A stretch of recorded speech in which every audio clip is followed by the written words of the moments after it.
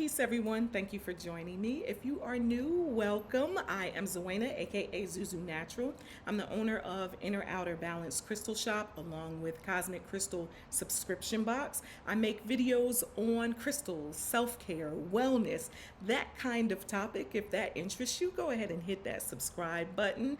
All information on my shops are linked below. Today we're going to do a crystal video, and we're going to be talking about crystals and your chakras, specifically the root chakra. So I want to focus on one chakra at a time per video, just so we can get into it a little more in depth, as opposed to this being like an hour-long video. So if that's something you're interested in, stay tuned. Before we get into crystals for the chakras, let's first start with what is a chakra. So chakra is a Sanskrit word that roughly translates to wheel or disc. And what it refers to is our energy system. So the flow of our energy. Within our body, we have these vortexes of energy, right? These spinning discs of energy, these energy points, and they align vertically along the spine. And so traditionally we talk about 7 chakras. However, there are more than 7 energy points. It's usually just 7 main energy points that are spoken about within the chakra system. Keep in mind that all ancient cultures practice the flow of energy and energy work. And so although I'm referring to it as chakras here because that is probably the most well-known name, it is also known in other cultures as other things. For example, in the ancient Kemetic legacy or ancient Egyptian, it was called the Sekhem Shin Ra. And Chinese medicine, the equivalent is the Dantian, and that is practiced like in Qigong and Tai Chi and Kung Fu. These energy centers correspond to nerves, organs, and parts of the body that affects your well-being. And so when you are balanced, when you are in alignment, when your chakras are open, you are in an optimal state of health. It affects your mental, your emotional, as well as your physical.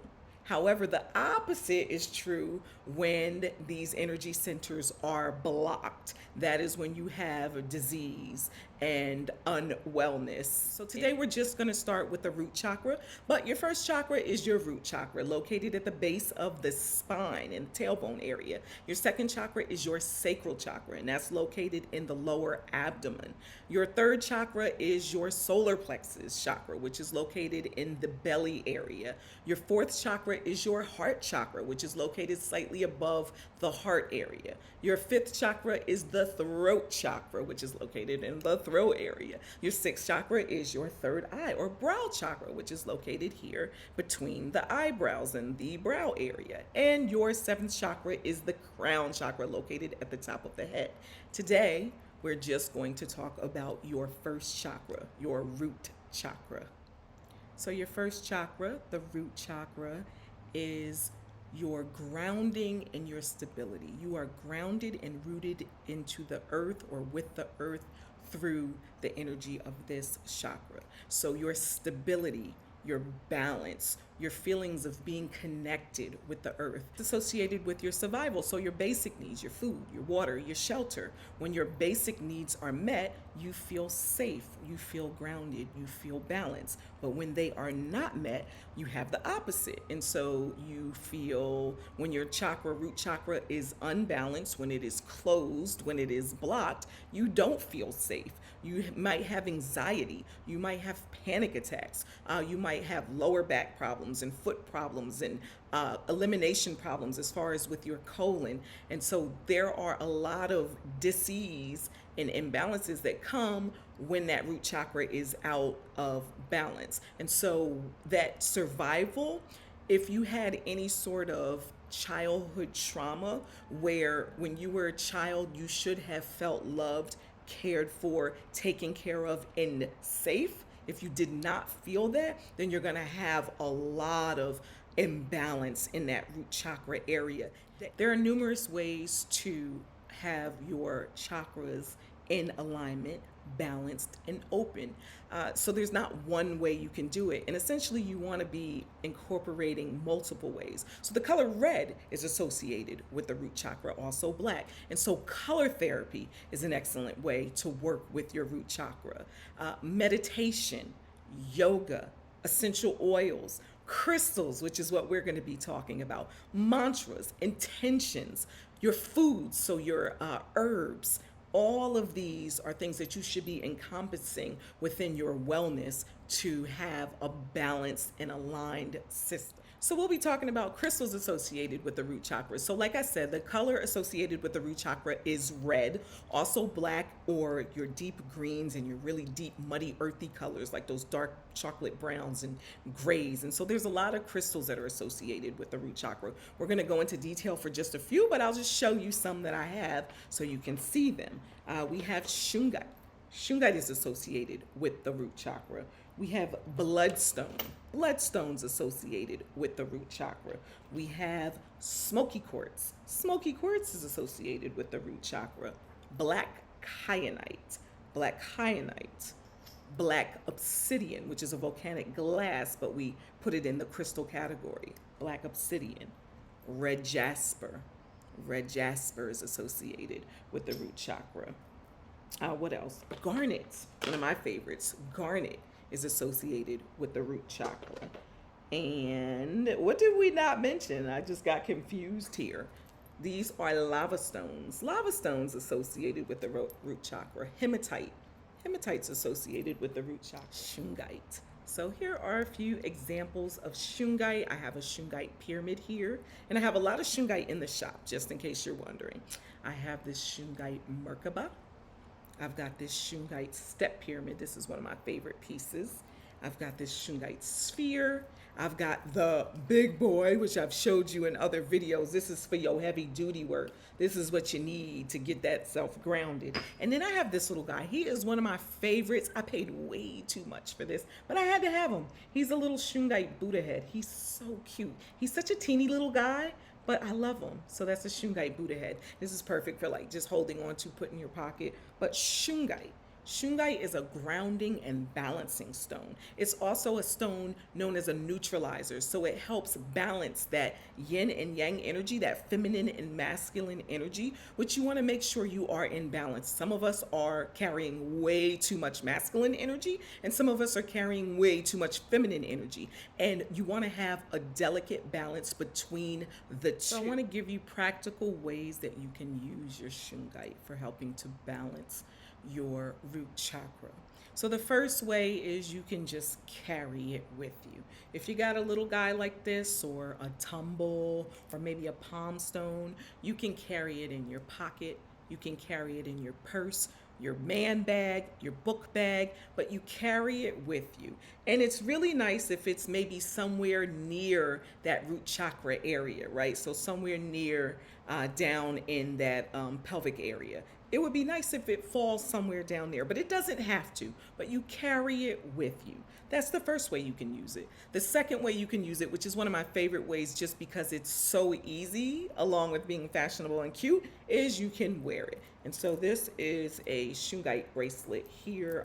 This little one is also a Shungite bracelet. So you have it on you. I have it on my left side, which is my receiving side. So I am receiving the energy of Shungite, which is help balancing my entire system, but particularly my root chakra. And so I'm also warding off that negative energy, warding off that negative energy from the EMFs, the electromagnetic frequencies from the cell phone towers and your microwaves and all of that. I'm also grounding and balancing myself, but I'm also cute, right? I'm also cute. So that's another way you can use your Shungite for balancing your root chakra, opening your root chakra. You can also meditate. So when you're meditating, you can just take a smaller piece like this, tumble, palm stone, and you can hold it in one hand, your left hand, your receiving hand, or hold it in both hands, your giving and receiving hand. And when you're meditating, you'll have them in your hands. You can close them, you can open them. It does not matter. There's no wrong way to do this.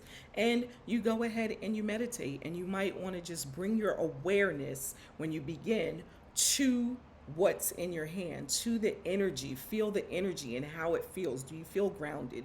Do you feel protected? Do you feel safe while you're doing it? And you kind of just do a little focus on that before you begin at the beginning of your meditation, and just carry that through your meditation. And so that's another way to use it. You can also lay down. So when I do crystal energy work on myself or other people, I'll do a grid on the body with crystals. And so what you can do is you can take your shungite and you can lay it on the root chakra area while you're laying down. You can have someone do that to you, or you can do it yourself. You lay down and you put that right in that area, that lower abdomen, and you lay there. And it's a form of meditation. You're not going to go as deep into your meditation, but you are going to lay down. You're going to relax. You're going to bring your awareness to how you currently feel and how this is making you feel once you put it on there. Is there a change? Do you feel a change? If you're very sensitive to energy, you probably will. If you are not very sensitive to energy, you might not. It might be very subtle. But look for feeling sensations. Maybe it might burn or heat up a little bit. Not burn, but heat up a little bit. Maybe it's cool. Maybe it's getting cooler. Maybe it tingles. Maybe there's a little buzz. Maybe there's an electricity that you feel. But there's going to be something. So bring your awareness to that and just see how it makes you feel. But that's another way you can do it. And then also working with the large pieces in the house. You have these pieces throughout the house just rooting and grounding the entire area, which affects you obviously because you are within the area. So these big pieces are really nice. This is one of my favorites. I have it on a Shungite stand. This is also a Shungite stand, piece of Shungite on a stand. And I have these next to TVs, next to electronics, and just throughout the house. Because remember, not only is it grounding and balancing, it's also a protection stone. And so you have this as protection and warding off the negative energy, along with grounding and balancing you. So that's Shungite. That's the first one. Next up, I have garnet. And so it looks very dark here, but this garnet is a very deep, deep red, deep red. Garnet comes in other colors. So when we're talking about root chakra work, we're specifically talking about this kind of reddish, deep brown color. And so this is another piece of garnet. It also has iron in it. This is one of my favorite little pieces. This is actually a newer piece to my collection. And then we have garnet, where you can see it's a lot. You can see the red a little more here, and this is a garnet bracelet.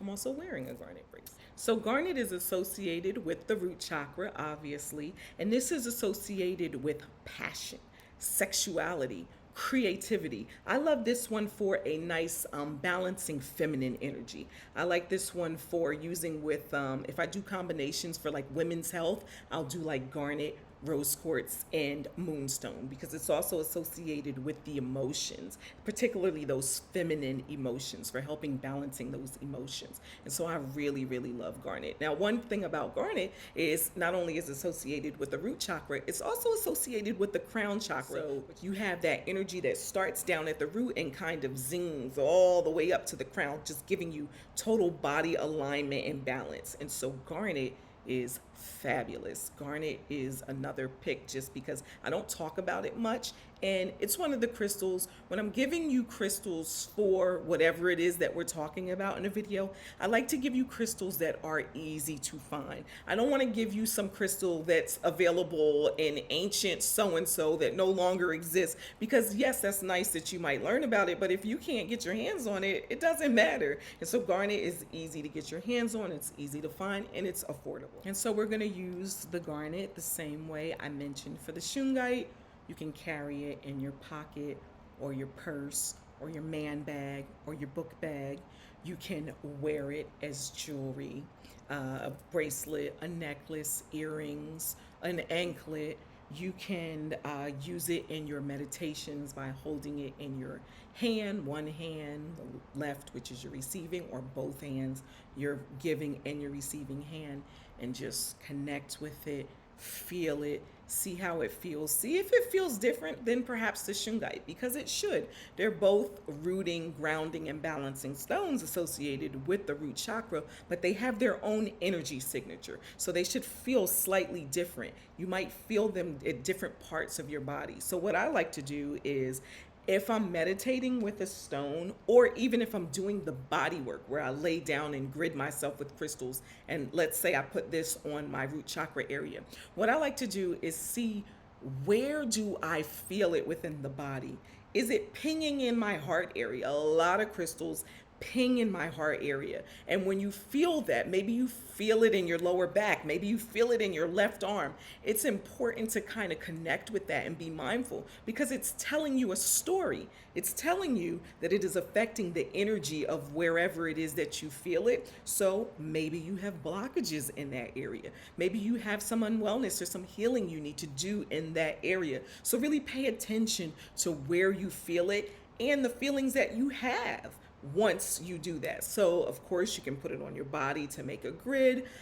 You can wear it, you can meditate with it, you can just hold it in your pocket, or you can have it as decor around the house. Preferably, I like to do the whole gamut. I like all of that. I want to wear it, I want to meditate with it, I want to have it as decor around the house, I want to grid with it, I want to hold it, I want to do it all. And so that's Garnet. And look at that. He's funky, but he's also so beautiful. So next up we have Bloodstone. Now Bloodstone looks so many different ways, so I just want to give you a couple of examples. This is Bloodstone, so also called Heliotrope. And so this is Bloodstone. This is my favorite piece of Bloodstone, so that's why I'm showing you this one. But it doesn't have to have as much green, and it doesn't have to have as much red. Look at this guy. This is also Bloodstone. It has a lot more red, even has a little touch of yellow in there. And here's Bloodstone, and that's green with a little brown. This is Bloodstone. So these are all Bloodstone. Bloodstone is associated with the flow of blood, so it helps get your blood flowing. It helps eliminate toxins from the blood. It's wonderful for balancing your hormones, and it was used in ancient times for battle, and it was believed to provide strength and protection during battle. And so they would have a piece of this on them, whether it be in jewelry form or just maybe a piece tucked into their battle gear. It helps with improved circulation, inflammation within the body. And this is a really good one if you are a lady and you get the cramps like I do. Cramps are not fun, and this is a really good one for cramps. So if you have cramps, lay down, put some Bloodstone in your root chakra area and just relax. Try to relax and just let those cramps melt away. Bring your awareness to that area where you feel the cramps and let that Bloodstone work its magic. Talk to the Bloodstone. Let it know, hey, this is what I would really love for us to do. Let's get rid of those cramps. And I know sometimes you feel a little crazy. I mean, I don't when I'm talking to my crystals, but you might at first, but you'll get used to it. I talk to everything. I talk to the plants, talk to my crystals. I'm a talker. I'm talking to the grass. I'm talking to the clouds. And so I talk to my crystals and I'm like, hey, this is what we're going to need to do today because a sister has cramps and I don't want to have them. So let's work together to get rid of these cramps. And I'll place it there and I'll relax and just really be mindful and bring my awareness to those cramps and to that Bloodstone and let it work its magic. And this is a really good one. This is one of my favorites for cramps. Last but certainly not least, we have Smoky Quartz.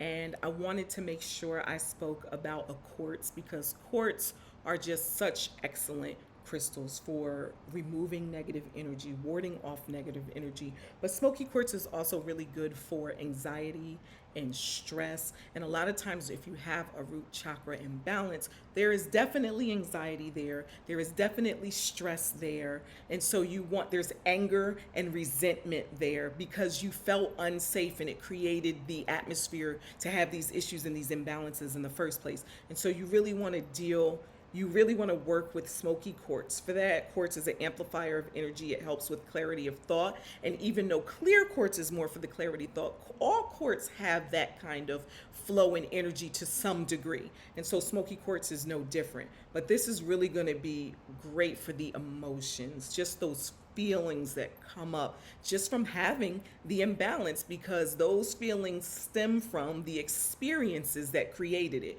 And so when we talked about Smoky Quartz in the shadow work video, that was another reason. That's a very similar reason. It's connected to that imbalance that you have. So when we're doing the shadow work, that shadow work is stemming from these closed, blocked chakras that bring up this funky stuff because they need to be healed. They need to be balanced. They need to be in an alignment.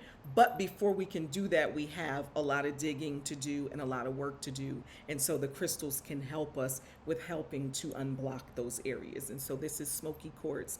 And of course, you can use this just the way I mentioned for all the other ones. So you can use it in jewelry form.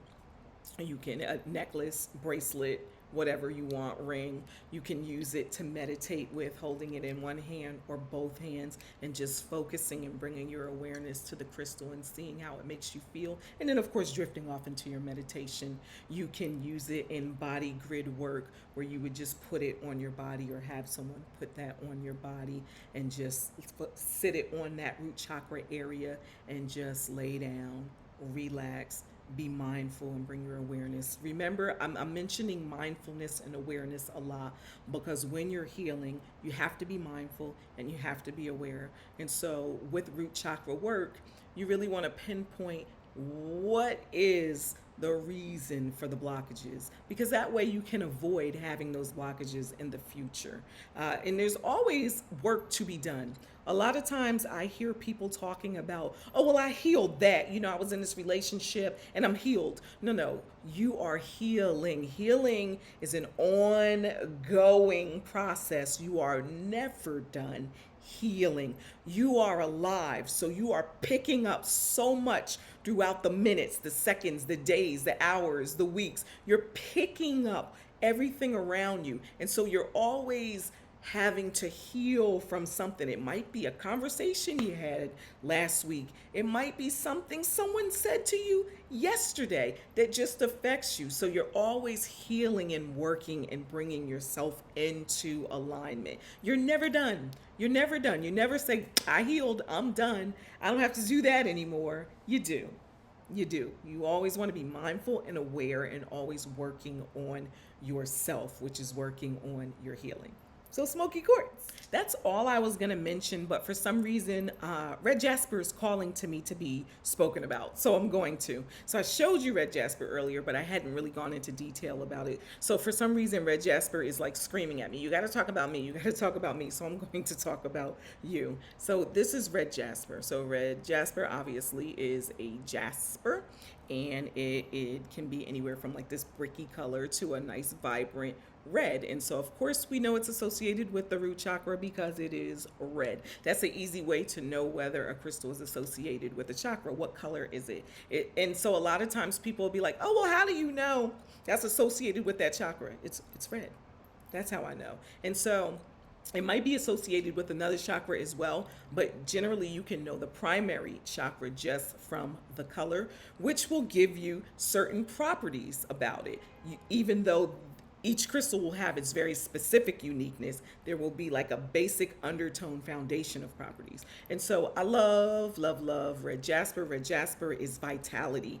This is a stone of passion and courage. This is a really, really good one for just finding your confidence, right? Yeah, finding your confidence. I'm kind of freestyling this one because I hadn't planned on talking about red jasper. But like, yeah, finding the courage to be you. And a lot of times in this world, we don't have the courage to be us. We are what we think the world wants us to be. And a lot of time we have to spend the time unlearning that because it's not who we are. And we don't even know who we are. And so this will help you find you. Who am I? How do I want to show up in the world? Not how does my parents want me to show up in the world, my job, my friends, my partner. No, how do you want to show up in this world? And red jasper is a really good one for that. And of course, you can use it all the ways that we talked about. So that's crystals for the root chakra, right? So stay tuned, because next week we are going to do crystals for the sacral chakra, which is your second chakra. And that video won't be as long as this one, because I won't have to go into what is a chakra, blah, blah, blah, all of that. And so we're going to try to condense it a little more, because I feel like I was a little long-winded in this one, but I felt like there were just certain things I needed to tell you before I jumped into it, just so you could have kind of background information. I always want you to be learning something, not just saying, hey, this crystal is nice, it's pretty, it's associated with this, boom, we're done. So hopefully I didn't go on too long, but yeah. Crystals for your root chakra. What's your favorite crystal for your root chakra? Is it one of the ones I mentioned, or do you have another? Because there are others, all right? So keep in mind your reds and your dark browns and your blacks and your metallic kind of grayish silvery stones. Those are all root chakra stones. So drop that in the comments. Let me know what your favorite one is, either that I mentioned or that you have in your collection. And what do you like to do for your root chakra work? Do you like to meditate? Do you like to just wear it as jewelry? Do you like it as decor? What do you like? Do you like to do the crystal body work? What is it that you like to do with yours? Like, comment, share, subscribe, ZuZuNatural, all that good jazz. Peace out.